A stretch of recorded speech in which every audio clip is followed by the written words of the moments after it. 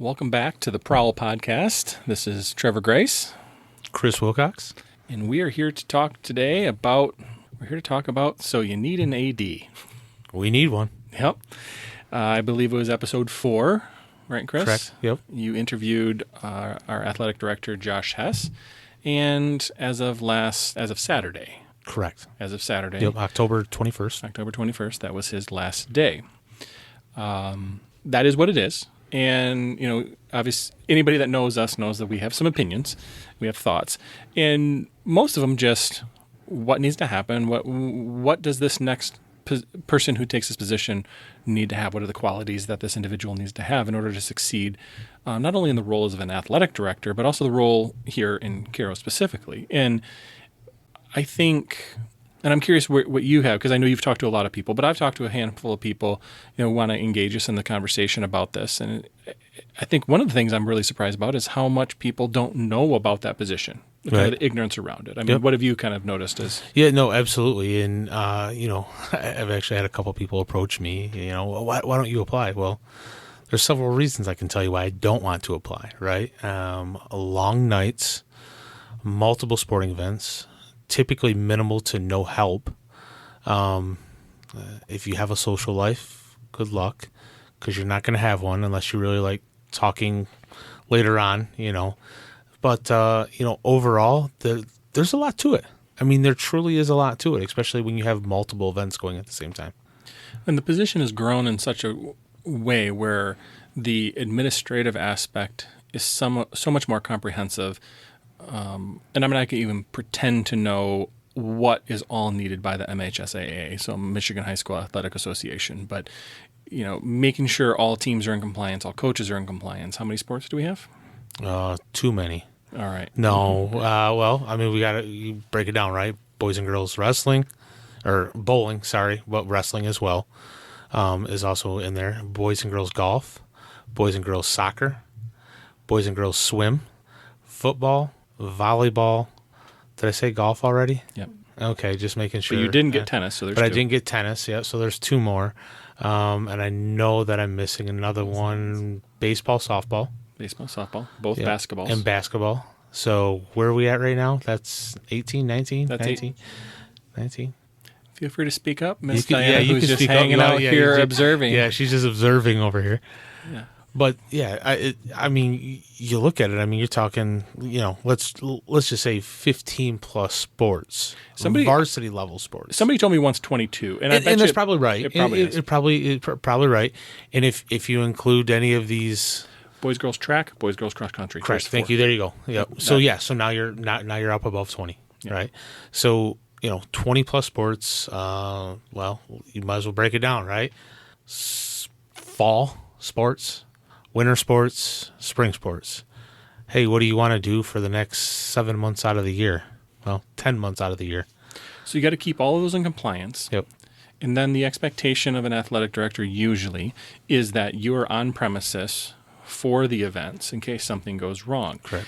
We're going to talk a little bit later about how that's not how every school functions. Yep. Right. They've kind of gone. Some have shifted away from that. They've shifted away from that in terms of that being the primary responsibility. But that is very much what the expectation was here in Caro. Right. Is that individual, is that everything. And so you're correct. For 7 months, essentially 6 days a week, you'll get the rare day where you have an off day. But for 6 days a week, you have a sporting event to attend and manage. Those are in the evenings until 9 o'clock, 9:30, and if they're home games. And at the same point, you are going to need to be present during business hours to do the business side of things, talking with other athletic directors, setting up schedules, getting officials.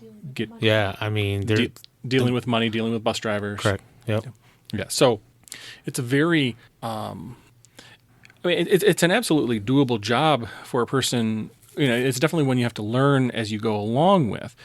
But I think the thing that most people don't realize is they're in charge of the buses, they're in charge of MH, all of that, and for the whopping awesome cost of a paycheck that is not what you would think it would be. That's the thing that I think most people are surprised by because it was posted publicly, right? Yep. You could see what it was, range 45 to 60, I think. Yep. I don't think it was 65. I think it was 45 to 60. 45 to 60, correct. And you know darn well that top end is with experience. And so all of that, no nights for somewhere in that 45 or 50 range, like, I'm not saying it's not a good opportunity, but at the same point, you and I know of a lot of other opportunities that can pay more than that with better hours. How well do you love sports? Yeah. I guess that's what I'll say. How well do you love sports? In kids. In kids, because you're going to be around them an awful lot. And how well do you love to talk with upset parents? Exactly. That's what I'm talking about. Because you're going to get a conglomerate of that.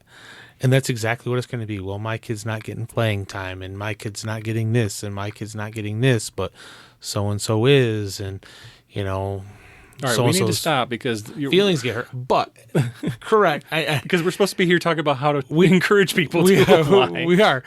But that's the thing, though. I mean, you have to be a sports person, right? I mean, you have to be a sports person. You have to understand not only the sports side of it, the management side of it as well. And that's what it's about. Well, the person side of it, too. Yeah, right? Correct. Yeah, 100% the personal side of it. And so the unique aspect of a job like this is that you actually have to be well-rounded in a variety of those skills. Yep. Right? I mean, for a while, there was not assistance, but now it's my understanding that there is some assistance at the school to deal with administrative stuff if that's not your strong suit. But you can't get away without people being your strong suit. That has to be that. You have to be organized. You have to be organized. If you're not organized, I mean, there's some very absolute necessary things, and then there's also this kind of, I'll say, like, old way of looking at it, and I'm just going to throw that out there where, it's got to be a school employee, or it's got to be someone who's a school administrator. And at the same point, like, what I understand about school administrators, and that's not the course of action. You almost need an outside person. And so there's like, they're looking in school systems, hey, we need this person, but at the same time, yeah, I personally don't feel that the school system's the way to look. It has to be outside. It should not be inside. If it is inside, it's for a short period of time while you're trying to find that outside candidate. Well, I think it's right if the right person's inside. It correct, could be, but, correct. Yeah. But I don't know why you would limit it to just this. And if that's where their career path is taking them, right? If your career path is going that way, then yeah, definitely look inside if you have the right candidate. But I would probably be looking outside.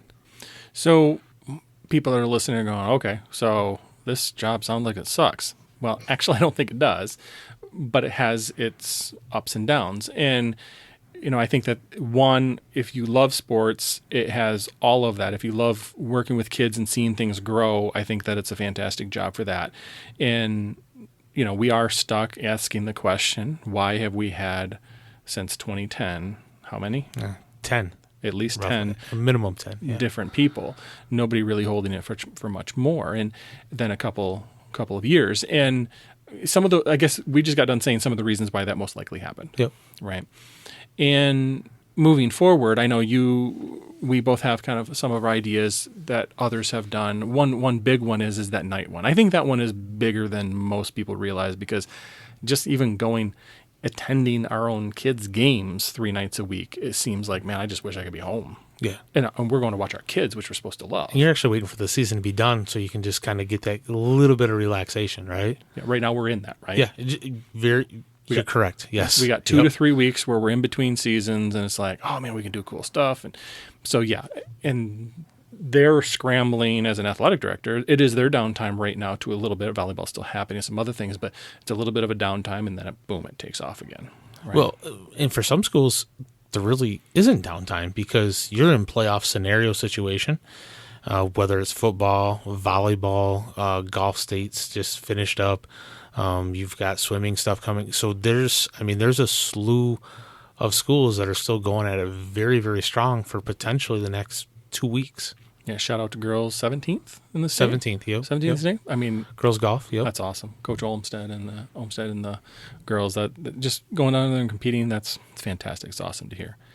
So, number one thing that I believe moving forward needs to be addressed is either A, assistant athletic director, I know that's money, or game manager. Yeah, well, I think you're going to be better off with option B. Yeah. Game manager, right? Where you have individuals that come in for those particular nights, those particular sports. They help you, whether it's get the water, greet the officials, take care of what needs to be taken care of.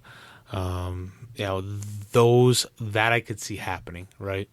That is probably the best option currently for Caro. I don't see an assistant athletic director happening currently. Even though, I mean, listen, 20 plus sports, that's a lot of sports to oversee. It truly, truly is. But I see the game manager side of things happening before I see the assistant athletic director. And so just to kind of explain what that is, it's a person who's going to get a fee for service to be present and be that point of contact at the courts, at the fields. Earlier this year, you might be up at the school for a home game for 7th, 8th grade football. Yep. That's happening up there. But then varsity soccer is down at the field across town, right? And how can that person be at both places? But you kind of need a point of contact for both. Correct. In case there's an unruly parent or what have you. And so, all right. That never happens, by the way. Yeah, never happens. So the athletic director may go to the varsity soccer game because that's off-site. Tell the game manager, go out to the football fields. I will be there at about 8 o'clock, but we need you out there to just kind of be the point of contact so we have eyes on things, right? I mean, that, right. And then it's like, I just need to have a Thursday off. We have freshman basketball up at the school. It's the only game that's up there. Game manager sit at freshman basketball so I can just go watch my favorite episode of Friends or something. You have to. I mean, you do have to have that to a certain level. Really, you do, because I mean, when you sit there and you look at it, I mean, you could have anything from golf, swim, football, volleyball. You also have cross country that could be potentially going on. Now, the chances of obviously football and volleyball during the fall time are a little bit more than what soccer. I guess I left soccer out. Soccer typically doesn't happen on the nights that football does, unless obviously it's during a JV game, which has happened this year. That happened numerous times, right? So now you have soccer, JV football, you have volleyball going on as well, and potentially you could have a cross meet, and maybe even a swimming meet at the same time, or a golf meet, which has happened. Yeah. I mean, all of those being at home at one time, probably not, but still, 3 of those being at home, yeah, definitely. So it was our intention, if you guys go back to the first episode, like we were going to try to attend a lot of different things, and then in terms of sporting events, and then my kid ended up joining soccer, which meant I had to go to all those. Yep. And I think 2 JV football games, a 7th, 8th grade football game, didn't make it to Diana made it to volleyball a couple times. She made it to a golf tournament as well. No, I don't think anybody made it to a swim. You know what I mean? Like, right. Because there's that much going on, right? And it's just there's a lot. And so now this is us who we're going to do that to follow the kids, but that's the other person's job. It just seems like it's almost impossible, right? Yeah. And this little bird next to me told me to make sure we say that, this is our opinion. This isn't going to happen. We Correct. have no idea. Yeah. I would hope so, because other schools are doing this, right? Yep. This is why it's an idea. It's not like we made it up. I don't even want to. We know of other schools that are doing this. Cass City does it. I know USA does it. Other schools do it around the area. Schools with less sports. Correct. And like you stated, it is our opinion. We don't know that it's going to happen. It is our opinion and what our opinion is. Now, why an athletic director? If you're listening to this, like, well, okay, great. Maybe they'll do that and make the job. But, like, why would we even get on here and talk about it? Because it could be negative, right? But it's like, because if the pay was significantly different, you and I would be all over this job. Yeah. Right? I mean, because of where you and I stand. Yep. And I don't mean combo. I mean, either one of us could, in the right situation, say, like, this is a job that we would want because of our passion for sports. But it's not only that. It's why we have a passion for sports. And this is why I think the athletic director job is either A, underpaid, or B, more important than it's given credit for. And that is what it provides in terms of leadership in the school for something that is at its core, and I'm going to say extracurricular activities as a whole, because I don't want to leave out the other extracurricular activities that are as important, but they are what really, I think, makes a school tick, in terms of school pride, what the kids show up for. I mean, how many kids do you know growing up were like, they did good in school because they wanted to be eligible? Do you know what I mean? Like, plenty, right? Yeah. It provides purpose, Yep. right, to some kids to actually do this stuff. And then, let's not and that might be their only purpose in school. And I don't want to say this negatively. It may come out that way, but maybe academics just ain't for everybody. Yeah. But guess what? You're attending school, and in order to play those sports, academics comes into play, right? So now there's a focus on the academics, so that way they can play that sport. And I'm going to give a shout out to a coach where I heard this from, and I won't name the individual, but he is in our system. I'm narrowing it down. Okay, well, it is what it is. But the statement was made, I think he needs us more than we need him, and so we're going to take him. Yeah, 100%. And that is so real with a lot of these kids, that they need these opportunities because you don't know what's going on, right? I mean, in their lives outside, and they need to be part of something. And after that was told to me, and not only do I think it was relevant with this individual in particular, but I think it's relevant with a lot of kids where you just see like how important it is to them, because academics isn't their thing. And you know what? Frankly, that sport probably isn't either, but the camaraderie, right? Participating, the friendships, the growing. They could be growing as a leader and you don't know it. Mm-hmm. Until later on. And it's like, wow, he had the qualities, but I didn't think, but he does now. And that's where he ends up. Right. And it's so significant because you're at a point in time where you're essentially mentoring to a certain level the youth as they're going throughout and growing as well. You're encouraging them to take different avenues, participation. Maybe the sport isn't baseball, but man, I saw you out on the golf course on a Saturday evening. Have you ever tried golf? No. Why don't you try golf? It's the small things like that cause that engagement level. So, Trevor, I have to agree with you. Like, to a certain level, the AD is probably one of the more valuable spots we have in the school. It truly is. And some people would be like, okay, you guys are just blowing smoke or whatever. But let's paint this out, right? There is evidence to suggest that schools with strong athletics and success, and I'm going to use that as a bold topic, right? It doesn't always mean wins and losses, okay? It doesn't. But mostly and usually it does. But that schools with strong athletic programs get more students. In the world of schools, what do students mean, Chris? Money. Yeah, that's so. Yeah. And so, when you're talking about in the world of school of choice, why would we not want to bring students here, especially after a situation where we lost some? Yep. Right, and we'll just leave that for what it is. But it happened. Right? We lost population. Yep. So, strong athletic programs, strong extracurricular programs of all sorts, not just athletic, right? Because can we draw kids to come to our school, a school of choice for our drama program? We could.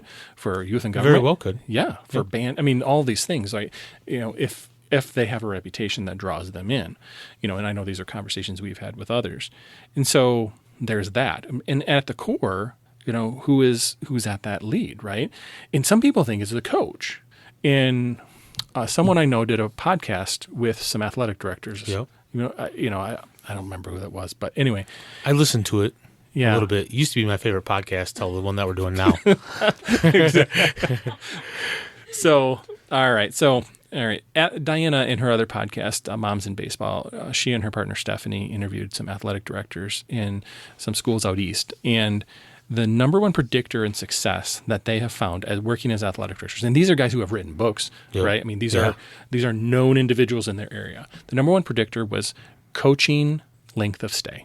Yep. Right. That if a program was successful, they could guarantee that the coach had been there for likely 10 years or longer. Correct. If there was a program if the program was successful over a period of time. Right? I was gonna say let's over a period of time, not. Yeah, we were successful, and then all of a sudden we weren't successful anymore.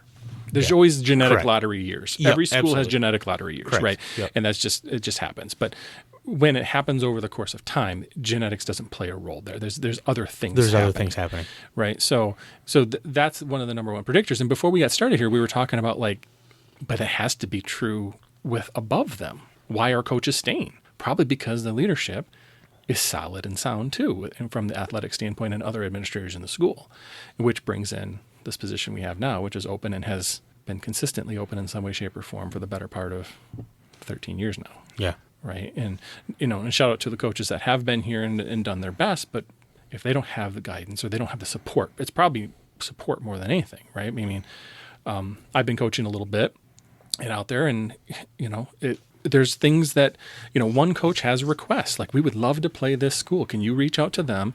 Now times that by 7 other sports that's happening at that given time. Exactly. Yeah. It's a lot. It truly is, and you go, taking a step back here before we move on, you look at the success of some of our programs have had, right? It's pretty evident our cross team is pretty good. Like, yep. It's pretty good, There's something cooking there, right? And if it smells like bacon, it's probably bacon. And Coach Jeff Schember does a fantastic job getting involvement from the youth level, heavy involvement from the youth level, or like right away, and he makes running fun. Mm-hmm. Now, if I was younger, I don't know if I'd do it, but he makes it sound fun. I don't know if my body would enjoy it now, but he makes it sound fun. And listen, my youngest runs, honestly, because of him. Yeah, for sure. And Jeff has been there a while, right? And when you're there a while, you understand what it takes, and you can build off of that, and you can help yourself along the way. So is Evan even 11 now, or is he still 10? Evan's still he's 11. He's 11 now. So I mean, Evan, 10. Sorry, my goodness, wow. All right, 10. Will be 11 in February. Yeah. So this past weekend, we had the Tuscola County, I don't know what its official name. Caro Thumb, oh my goodness. Can't remember what it is. Yeah, anyway. I apologize. Yeah. Caro Golf Course. Yep. Every year, roughly the same time. Can't drive past Walmart. Yep. You're not going to get anywhere at that point. Walmart's full, the parking lot, but they're not at Walmart. And what you're talking about is like, my kids have ran in that race when they were younger because that's what all the kids did, because they used to participate in Jeff's running club, and then they were like, yeah, everybody's going to do that. And then so the number of youth participating in this event, in the youth aspect of it, Caro would dominate everybody. I mean, in terms of numbers, yep. And if you know my kids now, they ain't doing that, right? But they did. And why did they start? Because it was at least sold to them to be fun until they made their own decisions by Coach Schember, right? Correct. He at least started everybody down the path, and then kids like Evan are like, no, I actually really like this. I enjoy it, right? Yeah. And that's the thing. Like, the numbers he had this year for girls was astronomical. Like, every person or every individual I seen crossing the line, K through 5th for the girls' race, seemed like it was a Caro kid. Absolutely unreal. He might have had 30-plus Caro girls running the girls' race. The boys' race, not as many boys, but the boys that he had they were pretty dominant, I'm not going to lie. Shout out to Roman Stevens. Mm-hmm. The kid just, I don't know where he gets it from, but man, he ran away with that race. He has endurance like nobody's business. But, Caro on the boys' side didn't take first, but they're right there. Well, guess what that does? You take kids like Roman and my son Evan, and then you got a Gunnar Cook in the mix, who's a great athlete at the 5th grade level, and you start pairing them up with the 6th graders and those that are 7th graders. Well, guess what's going to happen to the junior high team next year? That junior high team is going to be really, really good. Really good. And they're already good. And that's the thing, but that's how you build those programs, right? You get those certain kids out that eventually they love it and they make their own choice that they want to continue to do it. And you start them at a young age. So this is all in and line. We kind of with, went off a track. Well, we did, so. but it's in line with this whole idea of somebody who's in the program and looks at it as a program, right? And I think that's a key thing for a coach. That's a different podcast for a different day.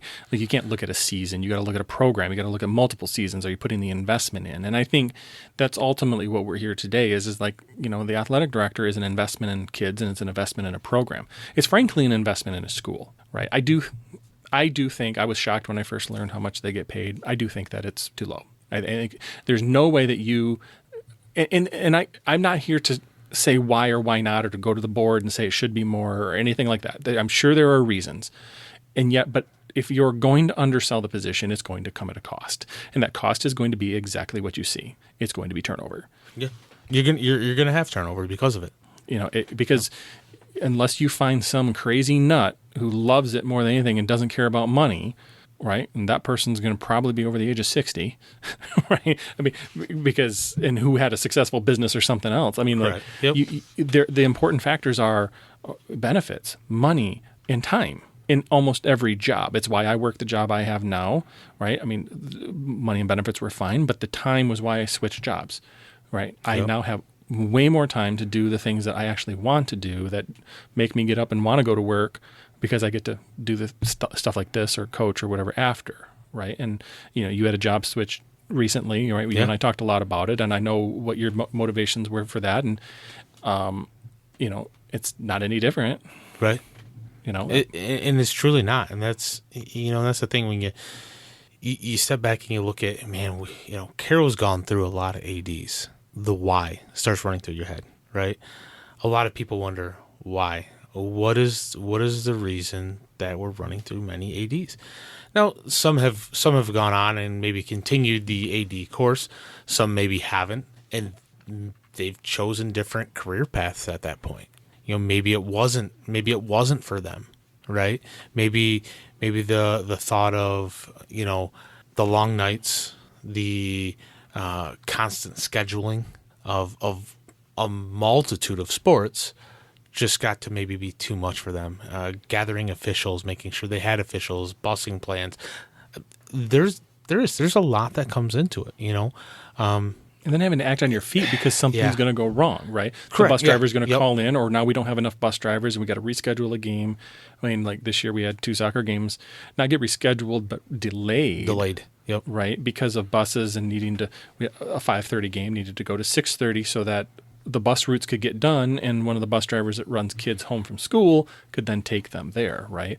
You got to be thinking on your feet and be available for those. Well, you got to be quick to act, right? And when you're quick to act, those what make great ADs too, right? Because you're able to act on the spot, you're able to understand, you're able to communicate effectively, so on and so forth.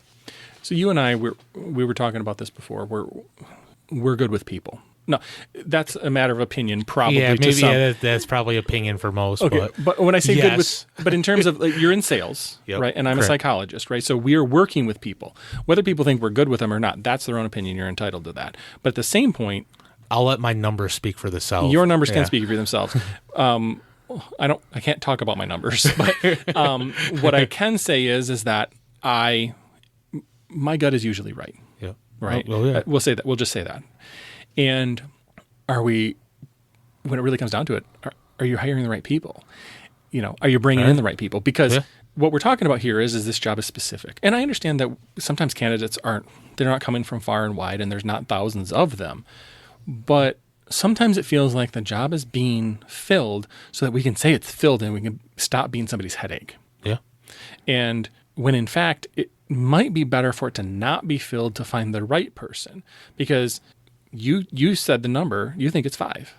Correct. At the very least. Yeah, at the very least. At the very least, like, we need a person that's going to at least stay for 5. Now, things can happen, and you can never guarantee that, and you can never ask somebody to commit to 5 years. Right.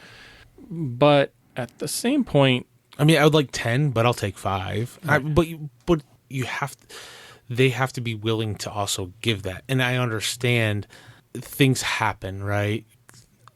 Individuals have a change of heart, I'll call it, or they move on, or the perfect job has an opening. Okay, but at the same point, you and I both said over 2 of the last handful, all right, there was no way they were staying 5 years. Correct. I mean, and we were absolutely correct. Right.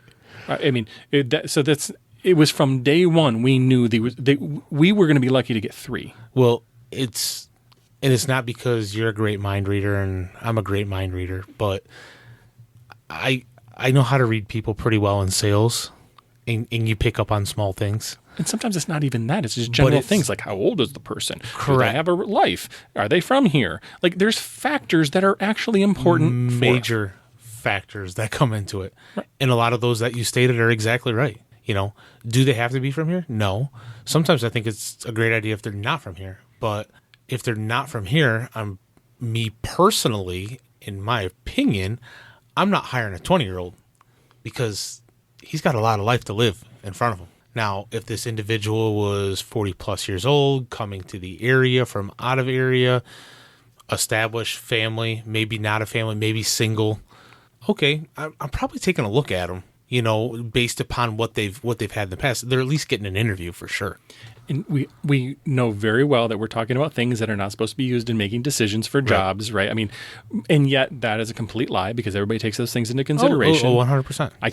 I know that you're not 20 as you sit in front of me. Exactly. I can tell that by looking at you, Yep. right? I mean, so... Is it the hair? Lack thereof, yes. Okay, all right. Okay. But I don't got much to say there. Right. Yeah, you know what I mean? Like there are things that you can't unsee if you're talking with people. Correct. Right? Which goes into one of the other things is why not interview everybody? So what are your thoughts on that? Everyone should be interviewed because you can't have an old school mentality going into the new times, right? You can see what's on paper in front of you. That's all great. But just because it's on paper doesn't mean that person is who they say they are. Bring the individuals in, get them interviewed, let them talk to you. We talked a little bit beforehand. Man, AI is a great assistance to writing a resume.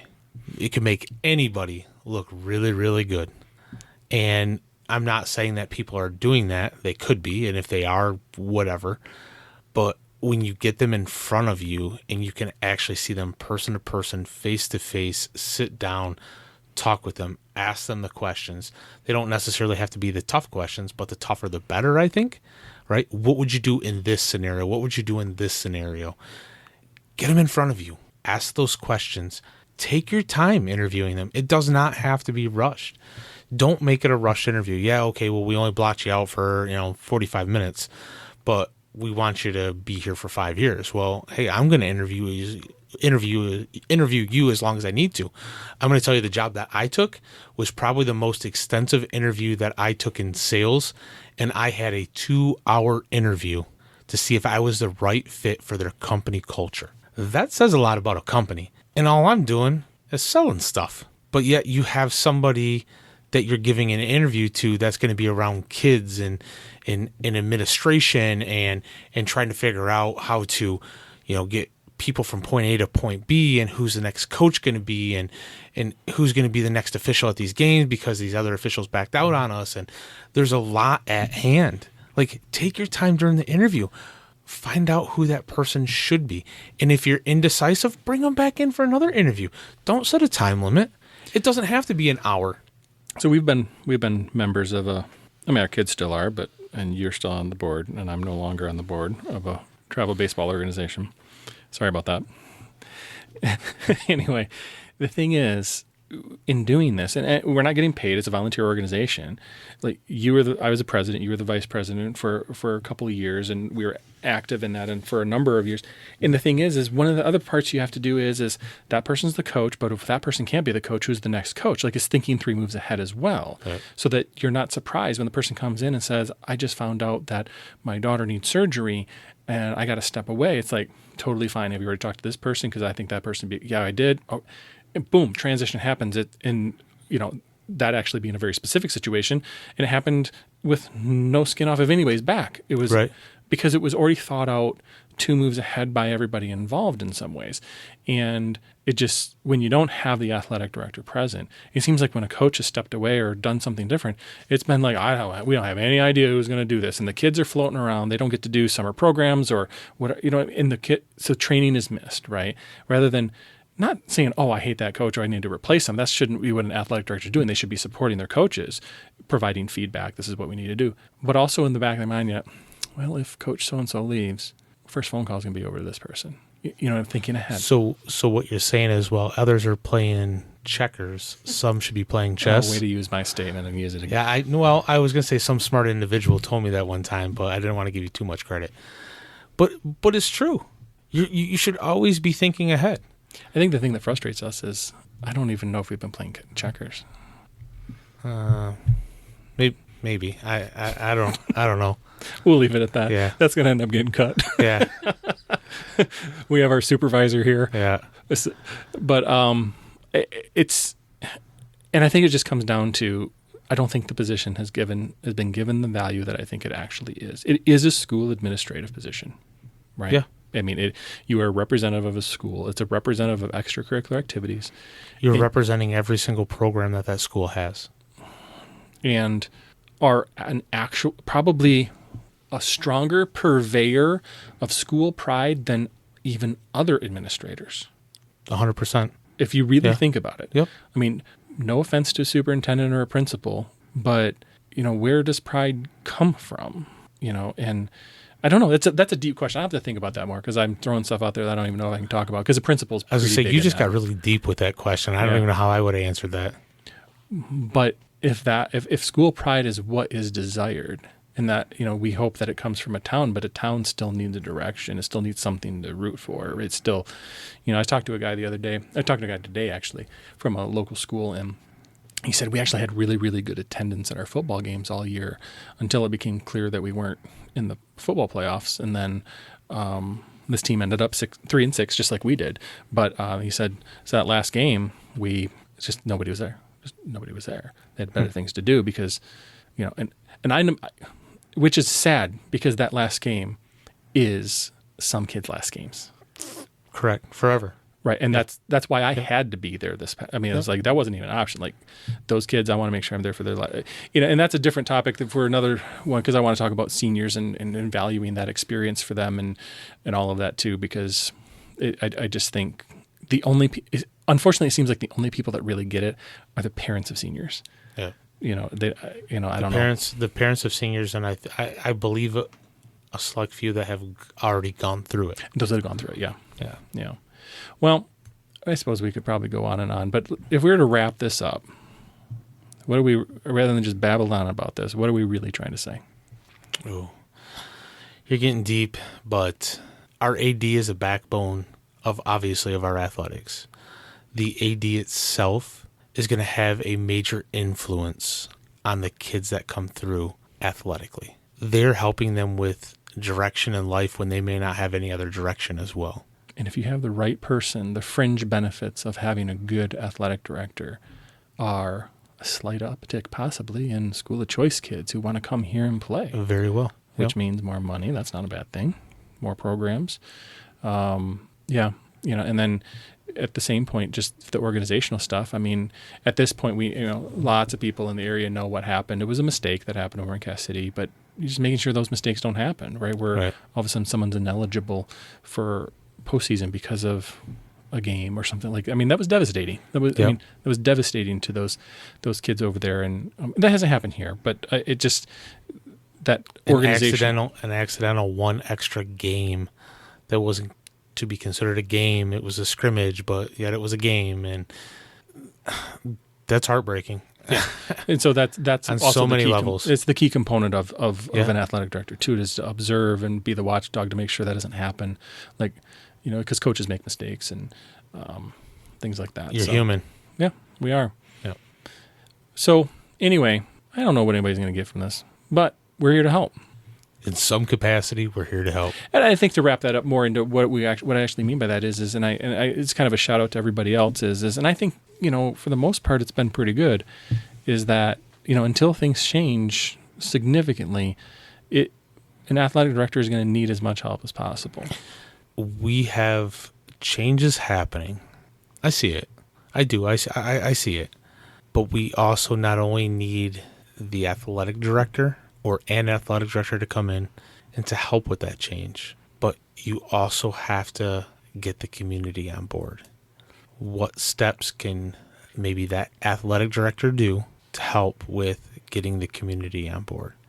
Because it's a sense of community. Whenever you go to a sporting event, there's community there, or there should be community, right? Where's, you and I, we talked the other day a little bit, where's one place that you could go 5 days a week and potentially see someone different maybe every 5 days, but yet you're gathering in the same place for the same common reason, and that's essentially at a sporting event or at the school to represent and support the school.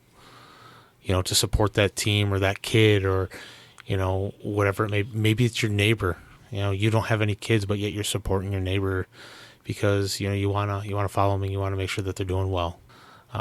So I really think the community, we have it here. It needs one extra step is what it needs. It needs one more step, and I think having the next AD in place that can put a sense of community around it as well is going to help things out tremendously. Hopefully, I didn't go too deep on you there, Trevor. I'm ready to go. All right. I might just quit my job. All right, Diana. I hope you're ready. No, I've been told numerous times that I would not. I've been told that I probably wouldn't last very long in the school. But anyway, so moving forward, I know that process is the applications have closed, right? Yep. I know that interviews are probably going to happen, and we'll know more as time goes on. And I know we here at the Tigers Den and the Prowl podcast are going to be supportive. That's what we try to keep this. I think even today there's portions of this maybe went a little more negative than we wanted to, and I think it's frustration. I think it's fear, right? And but it's also our passion coming out, and we have our kids. I mean, for me, it's more frustration than anything. Mm-hmm. Just because of where I feel that we should be at, and we're not there yet. And we've gone through a handful of ADs, and we're not there yet. We're going to get there. I'm not worried about that. We will get there. I just hope it's sooner rather than later. And you're right. The community is there ready to support. I noticed that. And, if you wanted to write a list, we could fill a list out here, and it's going to be more than 20 people deep. We know who those people are. And, if they said looking for game managers, right, my guess is that list will have 50. You'll have 50 people on there easily. 15 within one day. I think you could have 50 people on there, and I'm being serious. Like, I think you could have that many people volunteer to help out. And I understand the school is going to have its policies where background checks or whatever. I understand all of that. And so if they do happen to go game manager route, but that's 100%. Yeah, I think that's an easy problem to solve. If you want my honest opinion. I understand money needs to probably be in play because you really shouldn't do it for free. But I think people would be surprised at how quickly that list would fill. Oh, it would fill fast. Because it wouldn't be a commitment. See, the one school I was talking about, they had a game manager, and it was a paid position for one person. Not the way to go. Oh, one person would it needs to be like a group of individuals, like a cachet, like just 15 people, and it's kind of how we do boosters, right? With who's going to take care of the concession stand, but it's just at the beginning of the season, the athletic director is going to be out and say, okay, these are the games I can't be at. These are the ones that need some attention. Who's got them? Bing, bing, boom. And then backups too, right? I think it could, because I know I'd be down for doing it. I know you would be. We already talked about that, when we're available. So why not? Well, go and make a couple bucks while watching some games. Like, heck yeah. Why not? Yell at some parents, tell them to be quiet. Sounds like it's right up my alley. Maybe some refs. You're going to talk about umpires. You're going to go tell them to be better, Chris? Yeah, be better. That's right. All right, well, with that, we're going to sign off because we could probably go forever, and we have some other topics coming too that we'll talk about. But and then we got a couple of interviews. So we got some interviews coming on up. So excited to get some of these interviews going. Some that will be here real shortly. So I know that we have Leah Daniels, a D1 commit. So I'm really looking forward to that interview. Softball, and University of Detroit Mercy. Yep. So I'm really looking forward to that interview to kind of ask her some questions, obviously, but to kind of get her perspective on things as well. So. And then I know you already got one in the can, which we'll release at some point with one of our club sports. Yep. Right, that your son participates in. That's what's actually, it's clay shooting, but what's the Caro actual Clay Target Club? Clay, yeah, okay. Yep. So with does he call himself coach? Assistant coach. It'd be assistant coach. Okay. Yep. Nick Montai, and then we're getting close to winter season. We're going to start talking to coaches again. Yeah, I already have some on the. I'll call it the back burner right now. So. All right. So as always, you can find us on social medias at the Tigers Den. All right, Caro Tigers Den. At Caro Tigers Den. Thank you, Diana. And what we've kind of got going, I don't know if it's going to be the same for winter sports, but live game updates on Twitter, move some videos over to Instagram, trying to do more TikTok because apparently you guys, kids love that stuff. Kids love it. What was the one video? How much? The last time I checked, we had over 25,000 views on. 25,000. Do we even have that many people in our town? No, I don't even know. Okay, I don't think there's that many in Tuscola County. Yeah, probably not. No, you're right. And it was a homecoming video. No, there is 25,000 if you include the cattle that we have in I thought you were going to say county. jail or something. Oh, maybe. But yeah. So I mean, we're gonna continue to do our best. I have mentally thought about how that's going to work for winter sports because it's not like you can do live game updates for basketball or videos as easy. But we'll do our best, right? Yep. And thanks. Shout out to the coaches. A special shout out to Coach Olmstead who gave us permission for the girls. Right. Yep. I mean, we got to use a lot of his girls golf, so we got a lot of his stuff. Coach Schember for consistently posting for sports out there for the cross country swim coach did great updates. Coach Matt Kirk for soccer was always sending me the details after the games of just kind of the breakdown of stats. Ann Osborne, right? And she was helping out with some of the volleyball. She was taking pictures for us as one of our lackeys, we'll call her. And I think she's going to continue on. So thank you to those that are helping us kind of put this out there. And real quick, a kudos to one of the regular season, I guess I'll say, leaders in the state. Jaden Buniak officially finished the regular season with 110 total tackles, which would be currently, as far as I'm aware of, third in the state of Michigan. It's pretty impressive. I'm not going to lie. And that's all divisions. The kid hits like a truck in football. They call it a nose for a ball, right? And so Yeah. he's there. Like, it's just how many times, like, so as the announcer, right? I'm hearing Chris Wilcox say his name all the time out there. And yeah, definitely shout out to Jaden. And I know it wasn't the year that those guys wanted from a record standpoint, but performance on the field still was noticed. So yeah, absolutely. And, first year head coach Rob McDaniel, I think that obviously I know that he has some things that he wants to work on. There's no surprise there. But I think he's seen the steps that he needs to take now, right? When you come in, you're a little bit unguided on where you have to go, maybe next steps, what have kids learned, not learned, and where are they going? I think he has that now. And the next few years are going to be pretty interesting here around Caro. All right. Well, tune in next time for what's most likely going to be one of those interviews, and then we'll have some other topics coming up. One of them I'll segue into when tough is not actually tough. I'm ready to talk about that topic, and we'll get to that at another point. Everybody talks about tough, but I think they talk about the wrong one when they put it into practice rather than the one that actually matters. So with that being said, this is Trevor Grace. Chris Wilcox. Talk to you later. Bye.